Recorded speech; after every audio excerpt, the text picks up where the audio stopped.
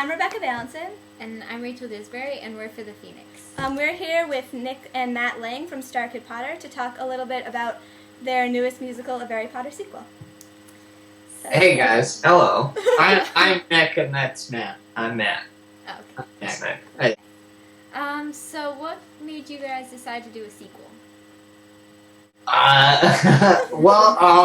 When we made the first one, we didn't think it would be anything because we just did it for fun, really. And then it kind of took off, and we got invited to this Harry Potter convention, Infinitus, and which was this past summer. And so we thought, what could we do for Infinitus that would be cool? So we were like, let's do like a new, like what happened after the first show, like a tiny little continuation.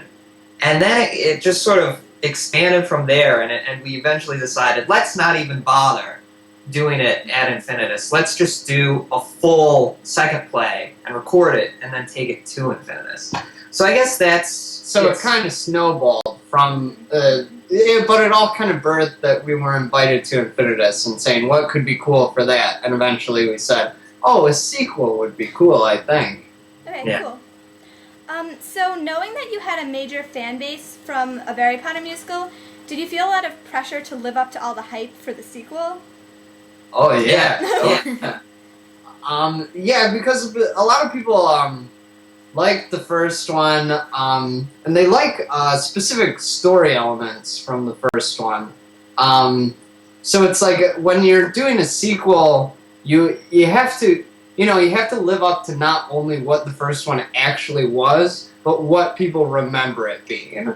For people to be satisfied with the sequel, in a way, it needs to be a bit better than the first one. Yeah, way better.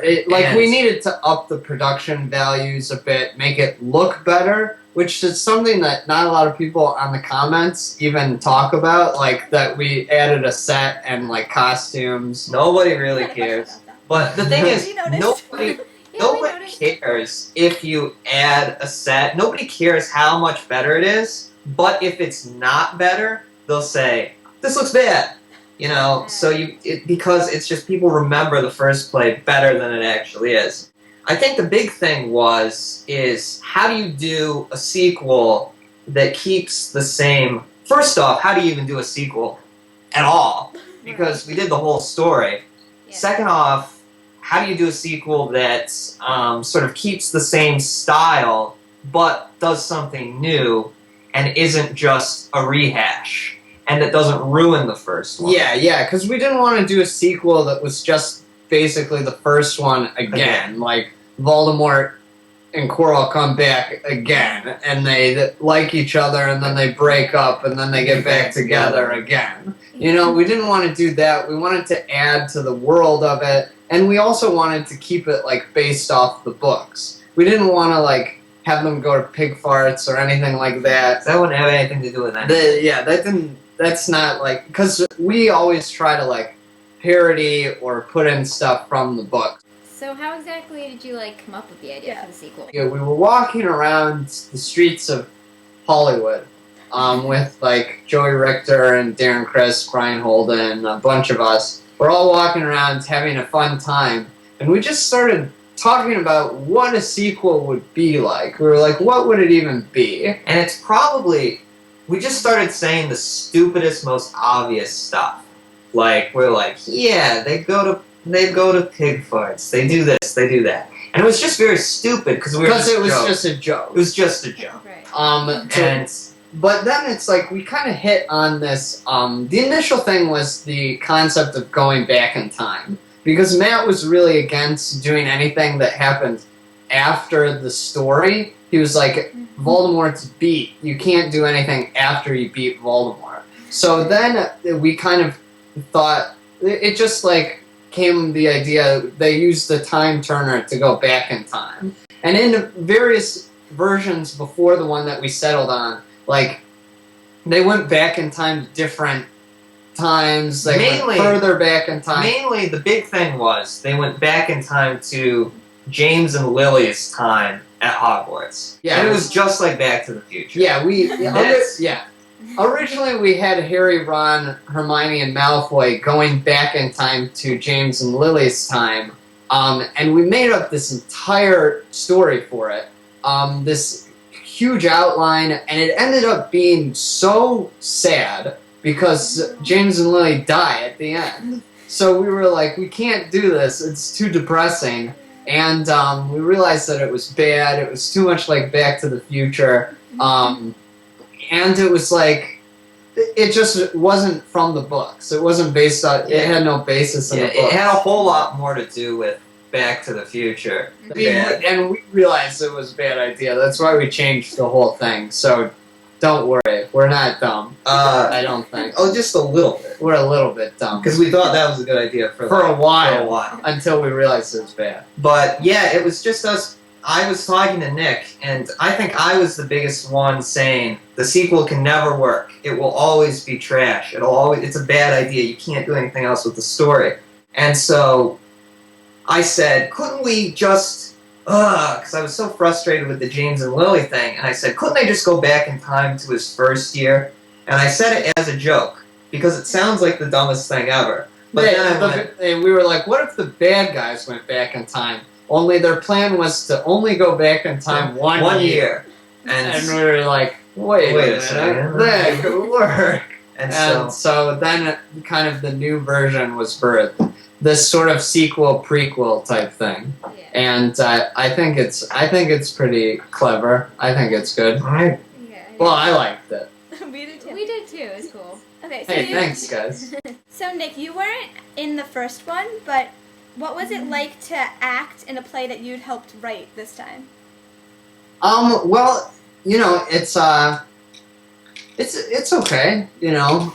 It's a little weird acting in something that you've written when it's like the people that watch the show, like there are people that don't like the characters that I play, and they like the character, and they like Darren, and everyone likes Darren and stuff like that. So it's a little weird saying like, that's weird that they don't like the person that wrote it, but they do like these other actors. So it's strange. It's a strange feeling. But it's okay. So Nick, you also make a lot of puppets. How did you exactly get started in all of that? Well, I've always loved puppets and the Muppets and stuff like that. I really think that puppets are the coolest thing in the world, and I don't know why there aren't more puppets and everything. But it really kind of started. The first puppet I made was just when Episode 3, the Star Wars movies, were coming out. We were gonna go see it, and we were all gonna dress up.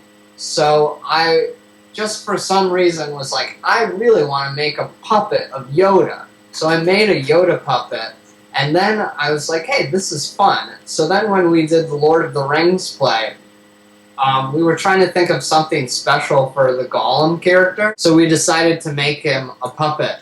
And then we made him, and he was pretty funny.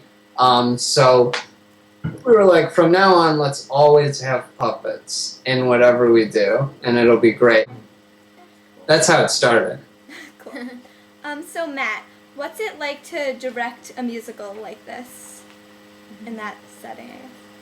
It's horrible. It's the worst job in the world. It's really really stressful because it's always you never have enough time. I've heard some people say that it always falls together, and I'd say that's incorrect. I'd say that sort of discredits all the work that's done. It's just when you're doing an original musical, you just don't have enough time, so it just has to be rushed. I'd say it's also really stressful because you're never exactly sure when you're going to get the songs. I'd say that's the most stressful thing, is because the songs are never done by the time rehearsal starts. So I'm also one of the writers, so I have to be prepared to write songs out of the show, and that's always difficult. And yeah, it's just people get stressed.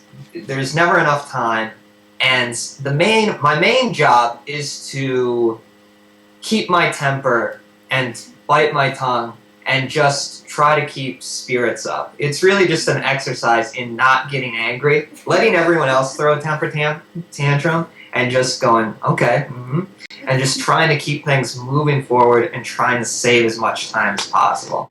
Yeah, it's tough. But it's okay. It's But fun. it's fun. okay. Yeah, it's okay. it's worth it in the end. When people like the shows, that's the main thing. Yeah. Mhm.